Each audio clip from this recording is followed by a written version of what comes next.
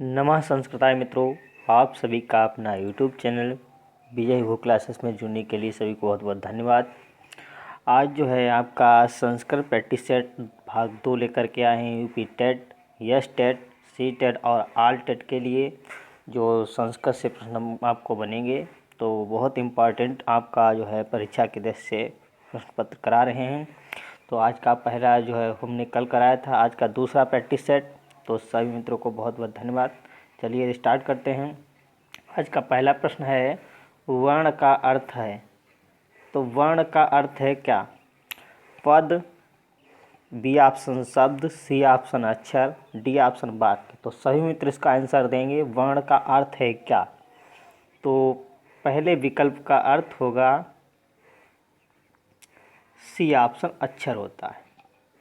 ठीक है, तो वर्ण का अर्थ क्या है? अक्षर। सी विकल्प इसका सही होगा। अगला है,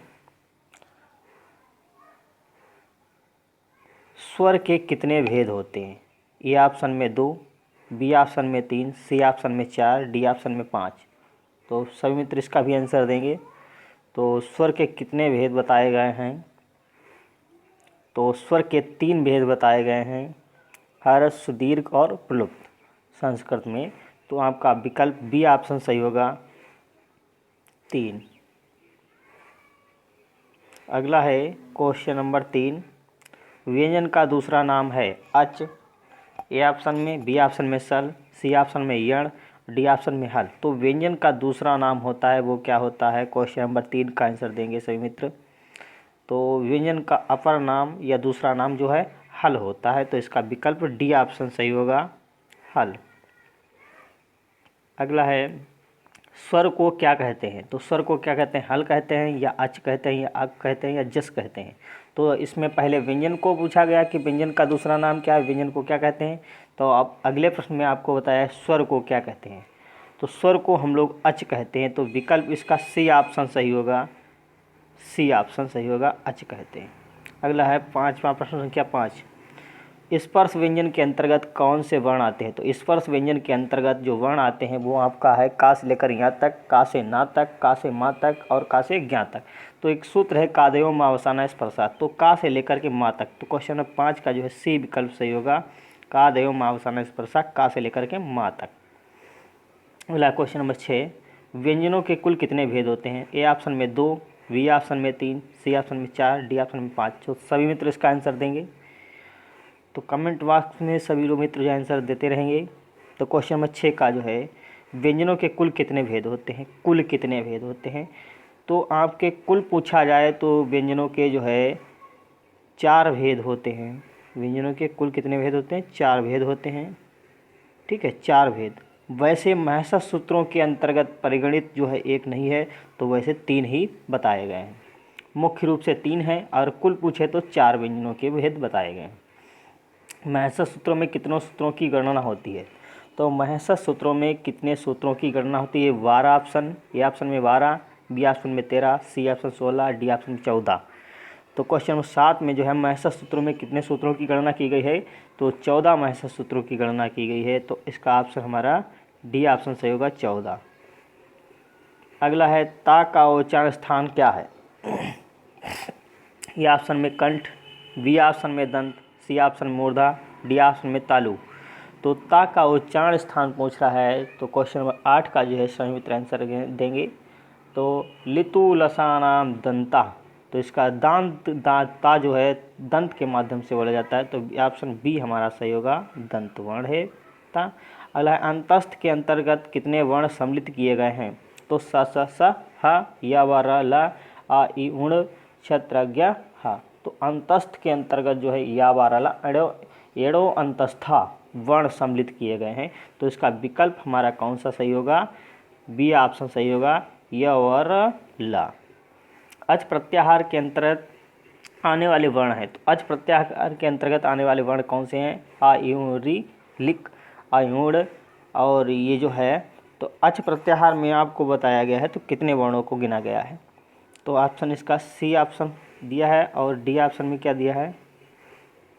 डी ऑप्शन इसका कट गया है मित्रों। तो इसके डी ऑप्शन में ही हम लोग क्या बताते हैं क्वेश्चन नंबर 10 में। क्वेश्चन नंबर 10 में जो है नोट करते हैं तो डी ऑप्शन में दिया है सभी सूत्र होते आ ई उ री ए ओ आई आओ, यही विकल्प हमारा सही होगा। आ ई उ री ली, और हाँ यहाँ पर री छूट गई, जैसे ऋषि वाली। आ ई उ री ली ए ओ आई औ, ठीक है। तो ये वर्ण आते हैं अच स्वर में आपके, तो इसका विकल्प हमारा डी ऑप्शन सही होगा। अगला क्वेश्चन नंबर 11, दीर्घ संधि का उदाहरण है रमेश शाह, ए ऑप्शन में, बी ऑप्शन सदैव, सी ऑप्शन में श्री शाह, डी ऑप्शन में पावका। तो दीर्घ संधि का उदाहरण जो दिया है वो क्या दिया है, श्रीधन ईसा। तो 11 का जो है सी विकल्प सही होगा, श्रीधन ईसा। तो इसका श्रीधन ईसा दीर्घ संधि का उदाहरण है, तो श्रीधन ईसा बनता है श्रीसा, तो सी विकल्प इसका सही होगा। अगला है गुण संधि का सूत्र है, तो वृद्धिरेच ए ऑप्शन में, और बी ऑप्शन में अकाशवर्णीय दीर्घा, सी ऑप्शन में आद्गुण, डी ऑप्शन में इको एड़च। तो क्वेश्चन नंबर 12 का जो है सी ऑप्शन सही होगा। गुण संधि का सूत्र जो होता है वो क्या है, आद्गुणा होता है, ये संधि सूत्र है, और इको एड़च ये जो है यण संधि के लिए बताया गया है। आकाशवर्णीय ये दीर्घ संधि का है, वृद्धिरेच ये वृद्धि संधि का है। तो आपका ये बताया गया, तो आद गुणा संधि का सूत्र है गुण संधि का, तो इसका सी विकल्प सही होगा। क्वेश्चन नंबर 12 का 13, क्वेश्चन नंबर 13, रामस्येते किस सूत्र का उदाहरण है, सटनाष्टु, स्तोश्चुनाश्चु, झलाम जसवंते, या झलाम जस झसे। तो रामस्येते किस सूत्र का उदाहरण है, तो क्वेश्चन नंबर 13 का जो है स्तोश्चुनाश सूत्र से जो बनाया गया है, तो हमारा इसका बी विकल्प सही होगा। स्तोश्चुनाश सूत्र से रामस्येते बना, रामस धन सेते क्या बनता है, रामस धन सेते, ठीक है। इस सा के स्थान पर क्या हो जाता है, ये सा हो जाता है, ठीक है। तो ये हो गया रामस्येते। अगला है यथाशक्ति में कौन सा समास है, तत्पुरुष समास, बी ऑप्शन में अव्ययभाव समास, सी ऑप्शन में बहुव्रीहि, और डी ऑप्शन में द्वंद्व।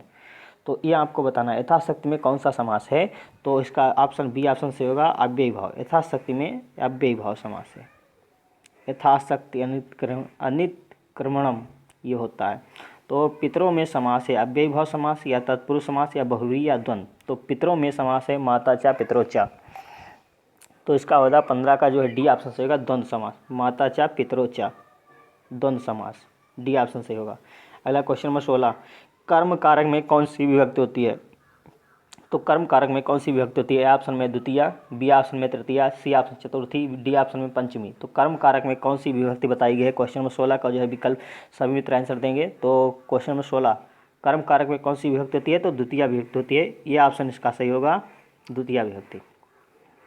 अगला है पुत्रेण सह माता गच्छति, यहाँ रेखांकित पद में कौन सी विभक्ति है, तो पुत्रेण में, तो पुत्रेण में तृतीया विभक्ति बताई गई है। 17 क्वेश्चन नंबर 17 का जो है बी विकल्प सही होगा, तृतीया विभक्ति होता है, जैसे रामेण, कृष्णेन, वाणेन, ये सब तृतीया विभक्ति के अंतर्गत आते हैं जिसमें एण लगा हो, ठीक है। तो इससे तृतीया विभक्ति हो गई। क्वेश्चन नंबर 18, अहम पुस्तकम पठामि को कर्मवाच्य में परिवर्तित करना है, तो मया पुस्तकम पठ्यते, मया पुस्तकम पठ्येते, मया पुस्तकम पठेते, और मया मम पुस्तकम पठेते। तो इसका सही था अहम पुस्तकम पठामि, अहम का जो है मया होगा क्वेश्चन नंबर 18 का जो है, और पुस्तकम पुस्तकम होगा, पठामि का पठ्यते होगा। तो इसका विकल्प सी ऑप्शन सही होगा, मया पुस्तकम पठ्यते। तो क्वेश्चन नंबर 18 का जो है सी विकल्प सही होगा। अगला क्वेश्चन नंबर 19, पा धन अत्वा मिलकर बनेगा पात्वा, या पीत्वा, या पिक्त्वा, या पीत्वा। तो इसका बताना है, पा धन अक्त्वा प्रत्यय में लगाकर जो बनता है शब्द बनता है वो क्या बनता है, क्वेश्चन नंबर 19 का जो है बी विकल्प से होगा, पीत्वा बनता है, पीत्वा, पीकर। अगला क्वेश्चन नंबर 20, नी धातु लिट लकार प्रथम पुरुष एक वचन का रूप बनेगा, नी धातु लिट लकार प्रथम पुरुष एक वचन का रूप बनेगा, निश्यते, अनेश्यति, नश्यति या निश्यति, तो क्या बनेगा? तो क्वेश्चन नंबर 20 का जो है बी विकल्प से होगा नेष्यति बनता है, प्रथम पुरुष एक वचन में लिट लकार में निधात में नेष्यति, तो इसका बी विकल्प से होगा। क्वेश्चन नंबर 21 पितृ शब्द का द्वितीय बहुवचन में रूप बनेगा, तो द्वितीय बहुवचन में रूप बनता है पितृन बनता है। क्वेश्चन नंबर 21 का जो है ए विकल्प से होगा, ये पितृन बनता है। ये शब्द बहुत इंपॉर्टेंट है, पूछा जाता है। पितृन शब्द, पितृ शब्द का द्वितीय बहुवचन में रूप पितृन बनता है, ए विकल्प इसका सही होगा। क्वेश्चन नंबर 22-26 को संस्कृत में क्या कहेंगे? षड्विंशति या षट्विंशति, षड्विंशति या षट्विंशतः और षड्विंशति, तो क्या होगा? 26 को संस्कृत में क्या कहते हैं? तो क्वेश्चन नंबर 22 का जो है डी विकल्प से होगा षड्विंशति, 22 का डी विकल्प से होगा षड्विंशति। अगला निम्नलिखित में से अव्यय पद नहीं है, ऋते, कदा, एकदा, जलजा, तो इसमें बताना अव्यय पद नहीं है, पूछा गया है। तो निम्नलिखित में से अव्यय पद नहीं है, तो सभी मित्र इसका आंसर देंगे। क्वेश्चन नंबर 23, तो क्वेश्चन नंबर डे जो है 23 का डी विकल्प से होगा जलजा, ये जो है कोई अव्यय पद नहीं है, बाकी सभी अव्यय पद हैं। वृहत कथा के लेखक कौन है? सुबंधु, बाणभट्ट, गुणाढ़ या दांडी, तो वृहत कथा के लेखक पूछा गया है, तो सभी मित्र इसका 24 का प्रश्न का आंसर देंगे। तो सी विकल्प से होगा वृहत कथा के लेखक जो है गुणाढ़ हैं। अगला क्वेश्चन नंबर 25 निम्नलिखित पदों में कौन सा पद अशुद्ध है? रामा हरिश्च गच्छता ते अत्र कदा आगच्छन्ति, किम अहम पठानि अयम एका बालिका गच्छ, तो इसमें अशुद्ध पद को बताना है, कौन सा पद अशुद्ध है। क्वेश्चन नंबर 25, तो जो है डी विकल्प इसका गलत होगा, अयम एका बालिका आगच्छति, ये गलत विकल्प दिया है। अगला क्वेश्चन नंबर 26 निम्नलिखित में से किसका पर्यायवाची समूह सही नहीं है? तो अमृत का त्रिश दशहारा, सुधा अमीयम, अश्वाह का घोटका, वाह वाजी, गंगा का मंदाकिनी विष्णुपदी, भीष्मसु और जो है कामदेव स्कंद, मयू कुमार, तो इसमें से पर्यायवाची समूह सही नहीं है, पूछा गया है। तो क्वेश्चन नंबर 26 में जो है डी विकल्प सही होगा, कामदेव का जो है ये सम्मिलित समूह नहीं है सही, बाकी सभी सही हैं। अमृतम का जो है तिस दशहारा, सुधा अमी, ये अमृत के पर्यायवाची हैं। अश्वाह के घोटका, वाह वाजी, ये भी हैं। और गंगा के मंदाकिनी, विष्णुपदी, भीष्मसु, ये गंगा के पर्यायवाची हैं, लेकिन कामदेव में ये नहीं है। अगला क्वेश्चन नंबर 27 उच्चारण कौशल से संबंधित नहीं है, तो उच्चारण कौशल से संबंधित नहीं क्या है? अक्षराभिव्यक्ति, बी ऑप्शन में गति, सी ऑप्शन में विराम और डी ऑप्शन में भावातिरेक, तो उच्चारण कौशल से संबंधित नहीं है, पूछा गया है। तो क्वेश्चन नंबर 27 का जो है डी विकल्प से होगा भावातिरेक, ये जो है संबंधित नहीं है। आगमन विधि का सही क्रम है निरीक्षण, ए ऑप्शन में, उदाहरण, नियम निर्धारण, परीक्षण, बी ऑप्शन उदाहरण, प्रस्ताव, निरीक्षण, नियम निर्धारण, परीक्षण और सी ऑप्शन में उदाहरण, निरीक्षण, नियम निर्धारण, परीक्षण, उदाहरण, डी ऑप्शन में उदाहरण, प्रस्ताव, नियम निर्धारण, निरीक्षण, परीक्षण। तो आगमन विधि का सही क्रम बताना है। तो आपका क्वेश्चन 28 का जो है सभी मित्र आंसर देंगे। तो आगमन विधि का सही क्रम होता है, इसका बी विकल्प होगा उदाहरण, उदाहरण के बाद प्रस्ताव, फिर निरीक्षण, फिर नियम निर्धारण, फिर परीक्षण। इसका विकल्प हमारा बी ऑप्शन सही होगा। अगला क्वेश्चन नंबर 29 निम्नलिखित में से कौन संस्कृत शिक्षण पद्धति है? तो व्याकरण पद्धति, ए ऑप्शन में, बी ऑप्शन विश्लेषणात्मक पद्धति, सी ऑप्शन में अनुवाद पद्धति और डी ऑप्शन में उपयुक्त सभी। तो निम्नलिखित में से कौन संस्कृत शिक्षण पद्धति है? तो क्वेश्चन 29 का जो है डी ऑप्शन सही होगा, ये सभी शिक्षण पद्धतियाँ संस्कृत शिक्षण की है। अगला लास्ट क्वेश्चन और जो है आप सभी मित्र उसका आंसर भी देंगे। तो निम्नलिखित में से शिक्षण सूत्र हैं पूर्ण से अंश की ओर, अनिश्चित से निश्चित की ओर, सरल से कठिन की ओर और डी ऑप्शन में उपयुक्त सभी। तो क्वेश्चन नंबर जो है 30 का आंसर देंगे सभी मित्र। बहुत सरल प्रश्न है और परीक्षा की दृष्टि से बहुत ही इम्पोर्टेंट है। तो निम्नलिखित में से शिक्षण सूत्र है पूर्ण से अंश की ओर, अनिश्चित से निश्चित की ओर, सरल से कठिन की ओर, उपयुक्त सभी। तो इसका विकल्प डी ऑप्शन सही होगा, उपयुक्त सभी ये जो है शिक्षण सूत्र हैं।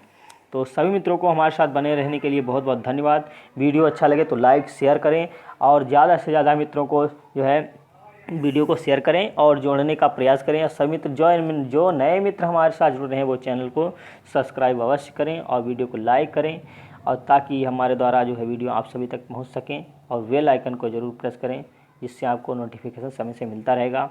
और हमारे टेलीग्राम चैनल से अवश्य जुड़ें। विजय भू क्लासेस टेलीग्राम नाम भी है और चैनल का भी नाम विजय भू क्लासेस है। तो सभी मित्रों को बहुत बहुत धन्यवाद। नमः संस्कार।